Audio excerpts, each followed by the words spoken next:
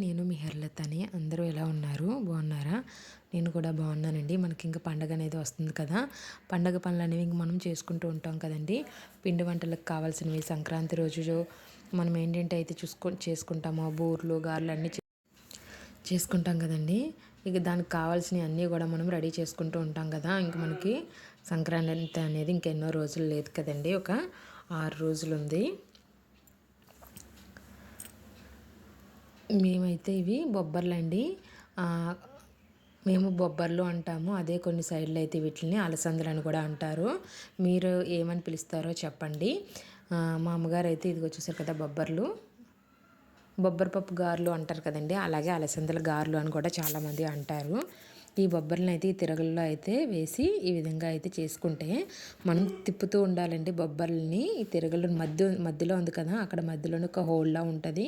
హోల్‌లా ఉంటే అందులోని మనం ఒక గుప్పెడనమాట. గుప్పెడు తీసుకొని అందులో వేసుకొని ఇలాగా చూసారు కదా! ఈ విధంగా తిప్పాలన్నమాట. ఈ విధంగా తిప్పుతూ ఉంటే మనకి పప్పు అనేది చాలా బాగా ఒక పప్పు అనేది మధ్యకి బాగా విడుతుందండి. చాలా బాగుంటుందన్నమాట. 2 భాగాలుగా విడిపోతుంది. ఈ తిరగలేండి దీన్ని తిరగలి అని అంటారనమాట. చాలామందికి తెలిసే ఉండొచ్చండి. ఇప్పటికీ కూడా మనకి పల్లెటూరులో అట్లా అయితే ఎక్కువగా ఉంటూనే ఉంటుంది. అక్కడ యూజ్ చేస్తున్నారు కూడానండి. మామూలుగా ఈ బొబ్బర్లు మనం ఈ విధంగా కూడా తిప్పుకొని ఇలాగ పప్పుగా చేసుకోవచ్చు. వీటిని లేదనంటే మన మిల్లుల్లో కూడా వేసుకొని మిల్లులకి ఇచ్చేసుకుంటా అంటే మర అంటారు కదండి, మరకు కూడా పట్టించుకోవచ్చు అనమాట. చేయమంటే మనకి ఇలా బద్దల్లా చేస్తారు కానీ ఇలాగ తిరగల్లో ఆడి చేసుకునేది అయితే ఇంకా మనకి బాగుంటుంది అనమాట. అందుకని మా అమ్మగారు ఈ విధంగా అయితే చేస్తున్నారండి. ఈ తిరగలది ఎప్పటిది అని మీరు అయితే అనుకుంటున్నారో కామెంట్ చేయండి. కానీ నేను మీకు చెప్తున్నాను, ఈ తిరగలు అనేది 60 సంవత్సరాల క్రిందటిదండి. అంటే మా అమ్మ వాళ్ళ నాన్నగారాల కన్నా ఇంకా ముందుదేనండి. 60 సంవత్సరాల కన్నా ఇంకా ఎక్కువదే అనమాట. వాళ్ళు చెప్పారు 60 సంవత్సరాలని మేము అంటున్నాం కానీ అంతకంటే ఎక్కువదేనని. ఒక 60 సంవత్సరాల క్రిందటే తిరగలండి ఇది. చూసారు కదా ఇప్పటికీ కూడా ఇది ఇలాగే ఉందనమాట. అప్పట్లోని పూర్వకాలంలోని అందరూ కూడా ఇలాగ తిరగళ్ళు, బ్రోలు, సనకాళ్ళు అన్నీ కూడా ఇప్పుడైతే మనకి మిక్సీలు, గ్రైండర్లు అన్నీ ఉన్నాయి కానీ అప్పుడు అలా కాదు కదండి. అన్నీ కూడా ఈ విధంగానే మనకి ఈ పద్ధతుల్లోనే దీంతోనే మనం పిండి కూడా ఇలా ఇందులో తిప్పుతూ కూడా పిండి కూడా చేస్తారండి. ఇప్పుడు మనకి సోడ్లు అవి ఉంటాయి కదా, సోడి పిండి అవి కూడా మనకి ఇందులోగా చేస్తారనమాట. 1కి 2 సార్లు వేసి తిప్పుతూ ఉంటే పిండిగా కూడా వస్తుందంటండి. అంటే అది ఎప్పుడు చేయలేదనమాట. ఈ విధంగా ఇదైతే బొబ్బర్లు అయితే ఇలాగ చేస్తున్నారు గారెల కోసమని మా అమ్మగారు. అందుకని ఈ వీడియోని అయితే నేను మీతో షేర్ చేసుకోవాలని అనుకున్నాను. ఇవి రాళ్ళవి కనుక మనకి ఎప్పుడవో కాబట్టి ఎన్నో సంవత్సరాలు అంటే మనకి చూసారు కదా ఇలాగ గుర్తుల కింద కూడా మనకి అన్నీ ఉండిపోతాయండి. ఇప్పుడైతే ఇవి చాలా చోట్ల కనుమరుగవుతున్నాయి కానీ మళ్ళీ ఇప్పుడు వస్తున్నాయి అనమాట అండి. ఇప్పుడు కూడా కొద్దిగా అక్కడక్కడ మనకి అమ్ముతూ ఉన్నారు కదా. కానీ మనకి ఇప్పుడు ఇలాంటివి తిరగళ్ళు అవి కూడా ఇప్పుడు మనకి ఈదంటూ కూడా చాలా చోట్ల అమ్ముతున్నారండి ఆటోల్లో వేసి. కానీ ఇవి అనేవి అప్పుడు రాళ్ళు అవి వేరే అండి. ఇప్పుడు రాళ్ళు అనేవి వేరే అనమాట.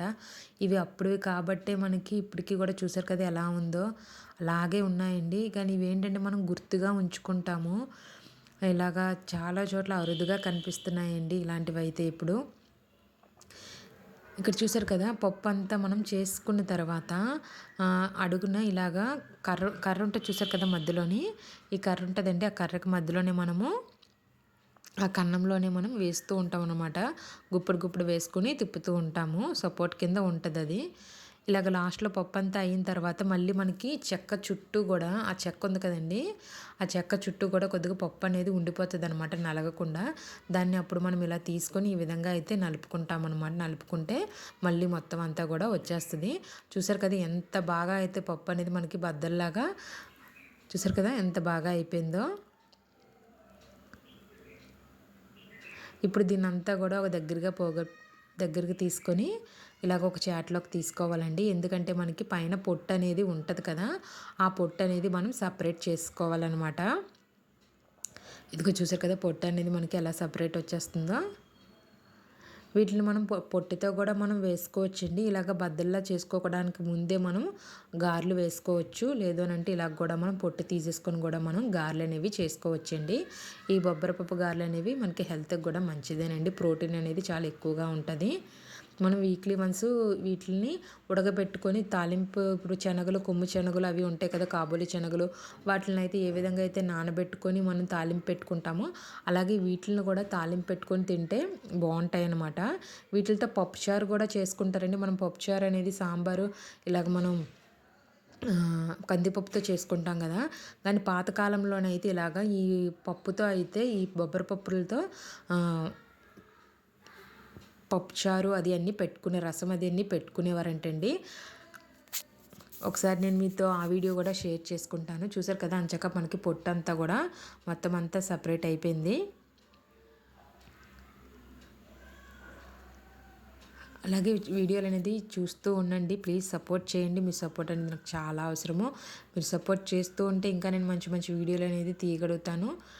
ఇంకా ఇప్పుడు మనకి సంక్రాంతి వీడియోస్ అనేవి వస్తూ ఉంటాయండి. ఇంకా చూసారు కదా, పైన పొట్టు అనేది ఇలా సపరేట్ అయిపోయింది కదా.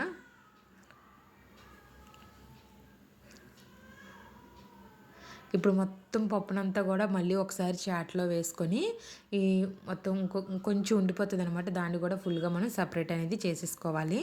చూసారు కదా, ఇంకొద్దిగా ఉంది కదా. దీన్ని మనం మొక్కలకి వాటికి వేసుకోవచ్చండి. మనకి లేదనంటే ఆవులు గేదెలు అవి చాలామంది ఉంటాయి కదా ఊర్లో, అయితే వాళ్ళైతే వీటిని కుడితిలోని వేసుకొని కలిపేస్తారనమాట. ఈ వీడియో మీకు నచ్చిందని అనుకుంటున్నానండి. నచ్చితే లైక్ చేయడం అలాగే సబ్స్క్రైబ్ చేసుకోవడం మాత్రం మర్చిపోకండి. చూసారా, మొత్తం అంతా సపరేట్ అయిపోయి మనకి పప్పు అంతా కూడా తెల్లగా వచ్చింది. నచ్చిందా అండి? ఈ వీడియో మీకు నచ్చినట్టయితే లైక్ చేయడం అలాగే సబ్స్క్రైబ్ చేసుకోవడం మాత్రం మర్చిపోకండి. అలాగే ఇంకో మంచి వీడియోతో నేను మళ్ళీ ముందుకు వస్తాను. అప్పటి వరకు చూస్తూనే ఉండండి. Thank you for watching.